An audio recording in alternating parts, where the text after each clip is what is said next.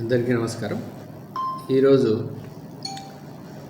వివేకానందరెడ్డి గారి మర్డర్ కేసులో ప్రధానమైనటువంటి సాక్షి అయినటువంటి రంగన్న బాకరాపురం పులివెందుల సంబంధించినటువంటి వ్యక్తి నిన్న సాయంత్రం 6:43 గంటలకి పులివెందులలో అనారోగ్యానికి గురి కావడం జరిగింది. అక్కడి గవర్నమెంట్ హాస్పిటల్ పులివెందుల్లో ట్రీట్మెంట్ ఇప్పించడం జరిగింది. అక్కడ సరైనటువంటి ట్రీట్మెంట్ సరిపోకపోవడం వల్ల రిమ్స్ కడపకి తరలించడం జరిగింది. కడపలో ట్రీట్మెంట్ పొందుతూ 6:43 మరణించడం జరిగింది. ఈ యొక్క మరణానికి సంబంధించి రంగన్న భార్య ఇచ్చినటువంటి కంప్లైంట్ మేరకు ఒక అనుమానాస్పద మృతి కింద కేసుని నమోదు చేయడం జరిగింది. దాంట్లో భాగంగా ఇన్వెస్టిగేషన్ని కంటిన్యూ చేయడం జరిగింది. మనం ఈ సీక్వెన్స్ ప్యాటర్న్ ఆఫ్ డెత్స్ని చూసినట్లయితే వివేకానందరెడ్డి గారి హత్య కేసులో ప్రధానమైనటువంటి సాక్షులు ఇప్పటివరకు 4 చనిపోవడం జరిగింది. రంగన్న 4వ వ్యక్తిగా మనకు అర్థమవుతుంది. ఇది హైలీ సస్పీషియస్ డెత్గా మనము దర్యాప్తుని కొనసాగించడం జరుగుతుంది. ఎందుకంటే ఇంతకు ముందు కూడా ఈ కేసులో ప్రధానమైనటువంటి సాక్షులు 3 వరకు చనిపోయారు.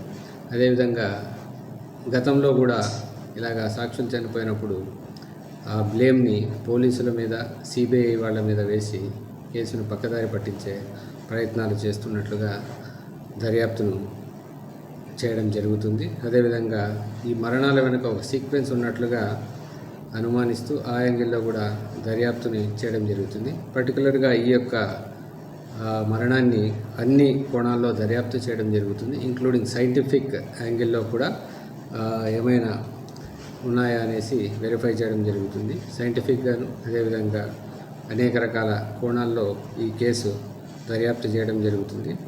వివేక హత్య కేసులో కీలకమైనటువంటి సాక్షులు ఒక్కొక్కరుగా మరణిస్తున్నారు.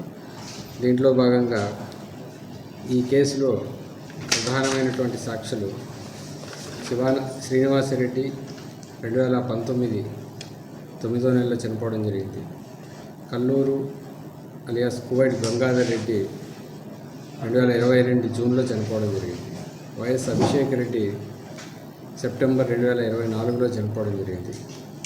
నిన్న రంగన్న వాచ్మెన్ పులివెందుల్లో ట్రీట్మెంట్ తీసుకుంటూ రిమ్స్లో జాయిన్ చేసిన తర్వాత చనిపోవడం జరిగింది.